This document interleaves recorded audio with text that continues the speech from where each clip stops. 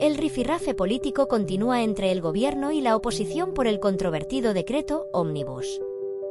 La última disputa involucra al Partido Socialista Obrero Español, PSOE, y Partido Popular PP, dado que la vicepresidenta del Ejecutivo, María Jesús Montero, insta al PP a reflexionar y apoyar el decreto al completo. La tensión aumenta como el gobierno enfrenta su primera derrota parlamentaria del año y genera interrogantes sobre cómo las medidas como la subida de pensiones, ayudas al transporte y prohibición de desahucios y cortes de suministros a familias vulnerables se abordarán en un futuro próximo. El rifirrafe político entre el gobierno y la oposición por el decreto Ómnibus continúa generando un intenso debate en el panorama político español. Este sábado, María Jesús Montero, secretaria general del PSOE y vicepresidenta del gobierno, hizo un llamado al Partido Popular PP para que reflexionara sobre su postura y apoyara el decreto en su totalidad. Montero argumentó que el PP debería priorizar los intereses de la ciudadanía por encima de los intereses partidistas, sugiriendo que su negativa a apoyar el decreto responde a una falta de aceptación de los resultados de las elecciones del 23 de junio. Por otro lado, Cuca Gamarra, secretaria general del PP, expresó su incomprensión ante lo que calificó como la soberbia del presidente Pedro Sánchez, quien se ha negado a aprobar de manera separada los reales decretos que abordan temas cruciales como la revalorización de las pensiones, las ayudas al transporte público y las medidas para los afectados por la DANA, depresión aislada en niveles altos. Gamarra subrayó que su partido está dispuesto a apoyar estas medidas de forma individual, pero no en el marco del decreto Ómnibus, que agrupa múltiples iniciativas en un solo texto legislativo.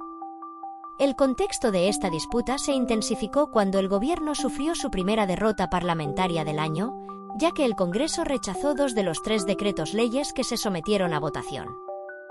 Entre ellos, se encontraba el impuesto a las energéticas y el mencionado decreto Ómnibus, que incluye medidas como la subida de pensiones, ayudas al transporte y la prórroga de la prohibición de desahucios y cortes de suministros a familias vulnerables.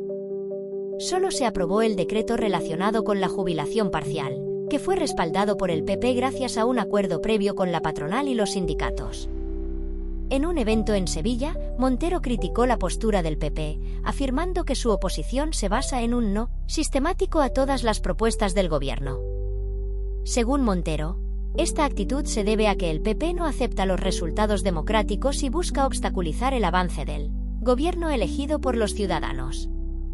Una y otra vez deciden que no, ahora con excusas que no se cree nadie, afirmó Montero, sugiriendo que el PP no ha comprendido el contenido del decreto y que su oposición es una estrategia para infligir una derrota electoral al gobierno.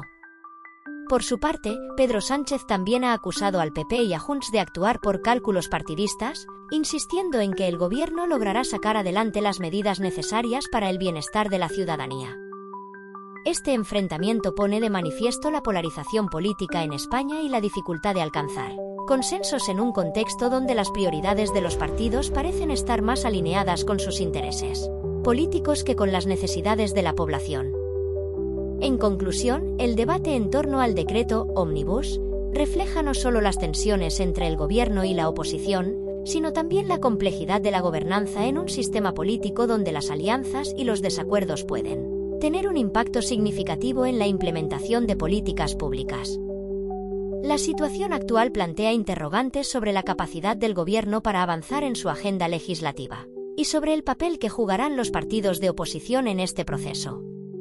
El conflicto entre el gobierno y la oposición sobre el decreto Ómnibus refleja una polarización política creciente en España. A medida que el PSOE busca avanzar en sus iniciativas, el PP parece centrarse en la oposición sistemática, lo que podría obstaculizar la implementación de políticas esenciales para la ciudadanía. Este enfrentamiento no solo afecta la gobernabilidad actual, sino que también plantea interrogantes sobre la estabilidad política futura y la capacidad de los partidos para alcanzar consensos en temas cruciales como las pensiones y la ayuda a los más vulnerables. Suscríbete y dale like para mantenerte informado.